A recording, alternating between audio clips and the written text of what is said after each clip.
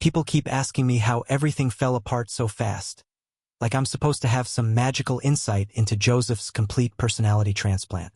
The truth is, I built something beautiful with that man over 10 years, and he threw it all away because he couldn't handle a little creative problem solving. But I'm getting ahead of myself. When Joseph and I first got together, I knew he was the type who needed guidance. Not in a bad way. He was sweet, stable, had a decent job. But he lacked that decisive edge that gets things done in life. I was the one who pushed us to make it official after all that on and off nonsense in the beginning. I was the one who planned our wedding, found our first apartment, and when his company offered him that transfer to Phoenix, I'm the one who said we should take it. Same thing when my promotion came through and we had to move to Denver. Joseph would have spent months making pro and con lists, but I could see the big picture. For almost 8 years of marriage, this system worked perfectly. I handled the major decisions. He handled the day-to-day stuff, and we built a really solid life together. We had the nice house with the good school district. We both had careers we'd worked hard for, and we were finally at the point where starting a family made sense. I'd done my research, tracked my cycles, bought the ovulation tests, the whole 9 yards. This was going to be our next big project together. Except after 7 months of trying, absolutely nothing was happening. Now, I'm not the type to just sit around hoping things work out on their own.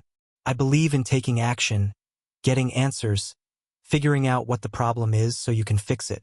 But Joseph, he kept saying we should give it more time and not stress about it, like we were talking about planting a garden instead of starting our family. Meanwhile, I'm watching all my friends post their pregnancy announcements on Facebook, and I'm calculating how much older I'll be by the time we figure this out. The whole situation was making me crazy. I'd wake up every morning thinking today might be the day. And then 2 weeks later, I'd get my period and feel like we'd wasted another month. Joseph didn't seem to understand the urgency at all. He'd actually tell me to relax, as if relaxing was going to magically fix whatever was wrong with his system. Finally, I put my foot down and said we were both getting fertility tests. Joseph got all weird about it, like I was questioning his manhood or something, but I didn't care. We needed answers. So we went through all the testing, sat in those sterile doctors' offices, did all the awkward procedures, and you know what they told us? Nothing was obviously wrong with either of us. We should just keep trying. Keep trying. Like that was some kind of brilliant medical advice. So we kept trying for another month and a half and still nothing. By this point, I was beyond frustrated. I'm watching the calendar.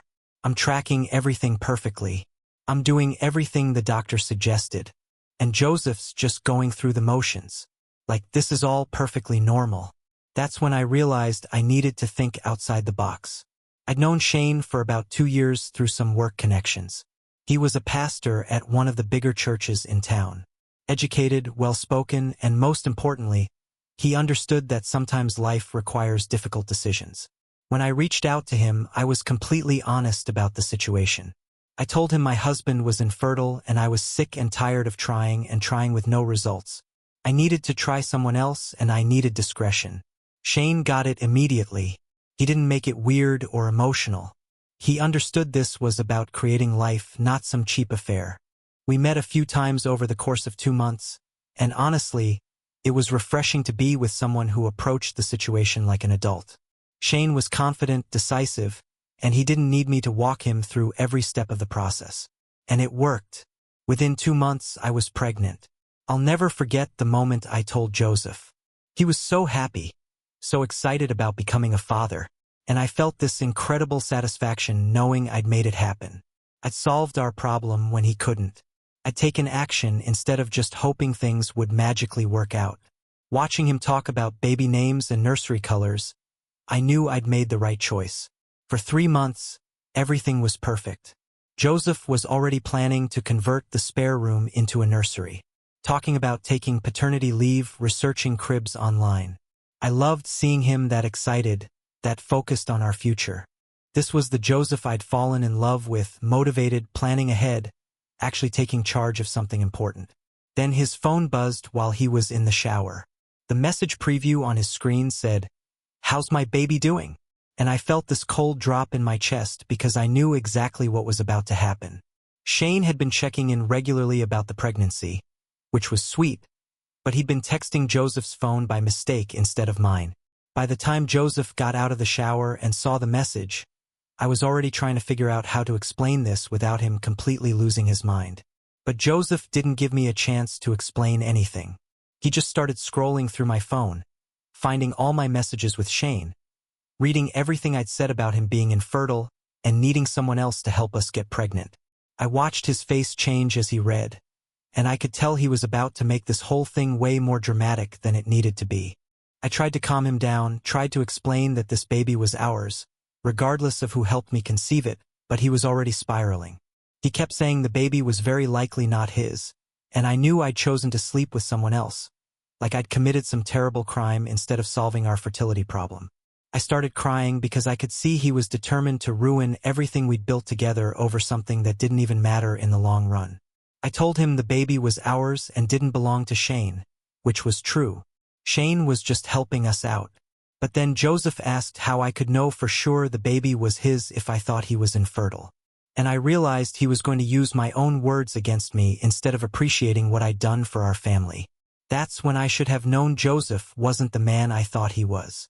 Instead of recognizing that I'd taken action to give us the family we both wanted, he was making it all about his hurt feelings. Instead of being grateful that I'd found a solution, he was acting like I'd betrayed him somehow. What I didn't know was that while I was trying to have an adult conversation about our situation, Joseph was taking screenshots of my messages and calling divorce lawyers. He was planning his whole revenge campaign while pretending to process what I told him. 2 weeks later, some guy showed up at my door with divorce papers. I couldn't believe Joseph would ambush me like that. The man who couldn't decide what to order at restaurants had somehow managed to hire a lawyer and file for divorce without saying a word to me about it. He documented everything, prepared his whole case, and then served me papers like I was some stranger who'd wronged him. The whole divorce process was a nightmare, but at least the court system recognized what was actually going on. I got the house. I got alimony. And Joseph had to pay for his decision to throw away our marriage over something that could have been worked out. The judge could see that I was the one trying to hold our family together while Joseph was running away from his responsibilities. Even after the divorce was finalized and the paternity test confirmed that Shane was the biological father, which I'd been honest about from the beginning, I thought maybe Joseph would come to his senses. Instead, he decided to get petty. First, he somehow got flyers printed up with Shane's photo and details about our arrangement, then distributed them around Shane's church. Shane ended up having to step down from his position, which was completely unfair since he'd just been trying to help a couple start their family. Then, Joseph hacked into my work email and sent confidential documents to my boss and coworkers, putting my job in jeopardy.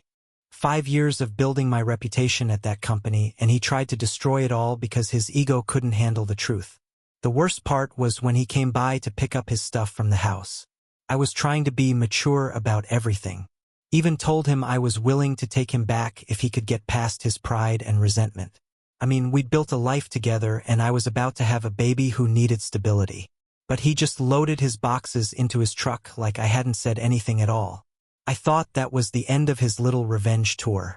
But apparently Joseph had one more trick up his sleeve. Last week he texted me saying he'd been thinking about everything and he missed me. He suggested we meet up at this restaurant about 4 hours away to talk about giving our relationship another try. I was skeptical, but part of me thought maybe he'd finally realized what he'd thrown away. So, I drove 4 hours, 8 months pregnant, to meet him. I sat in that restaurant for 2 hours before I realized he wasn't coming. When I tried to call him, his number was blocked. When I tried to text him, the messages wouldn't go through.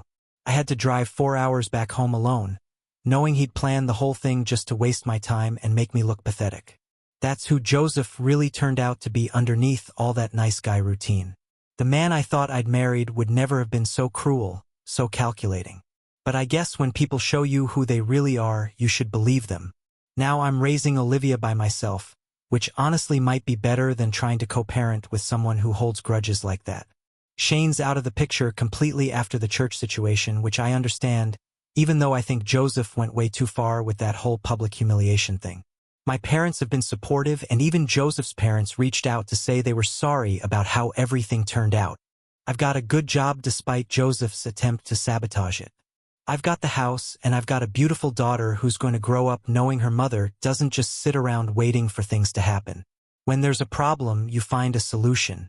When something isn't working, you fix it. You don't just hope and pray and cross your fingers like some people do. The whole experience taught me that you really can't count on anyone but yourself. I spent 10 years thinking Joseph and I were a team, thinking we wanted the same things and would work together to get them. But when it came down to actually solving our fertility problem, he was perfectly happy to just keep trying the same thing over and over, expecting different results. That's literally the definition of insanity. I took action. I found someone who could help us get pregnant. I made it happen when Joseph couldn't. And instead of being grateful that I'd given us the family we both claimed to want, he threw it all away because his feelings got hurt. People keep asking me if I have any regrets about how things turned out. And honestly, the only thing I regret is not seeing Joseph's true character sooner. I wasted years thinking he was this stable, reliable partner when really he was just someone who fell apart. The second things got complicated. Real relationships require difficult decisions sometimes. And he proved he wasn't mature enough to handle that. At least now I know where I stand. I've got my daughter. I've got my independence. And I don't have to deal with Joseph's passive-aggressive routine anymore. Olivia is going to grow up seeing what it looks like when a woman takes charge of her own life instead of waiting around for someone else to fix things. And if Joseph wants to spend the rest of his life being bitter about losing the best thing that ever happened to him, that's his choice. Some people just can't handle strong women who know how to get things done. The funny thing is, he probably thinks he won something with all his petty revenge games. But look at the actual results. I've got the house. I've got our daughter. I've got a steady income. And I'm moving forward with my life. He's living in some apartment somewhere, paying me alimony every month. And he'll never get to be Olivia's father. He threw away his chance at having a family because he couldn't handle the fact that I was the one who made it possible. That's going to eat at him for the rest of his life. And honestly, he deserves it. I gave him 10 years of my life. I solved our biggest problem together. And I was even willing to take him back after he'd humiliated me with divorce proceedings. But he chose revenge over reconciliation, drama over family, and his ego over our daughter's future. So now he gets to live with those choices while I raise the child he'll never get to know. And when Olivia gets older and asks about her father, I'll tell her the truth that some people just aren't strong enough to handle real love, real commitment, and real solutions to real problems. I'm better off without him, and Olivia's better off without him. And maybe someday he'll realize what his pride cost him. But by then, it'll be too late to matter. Ch1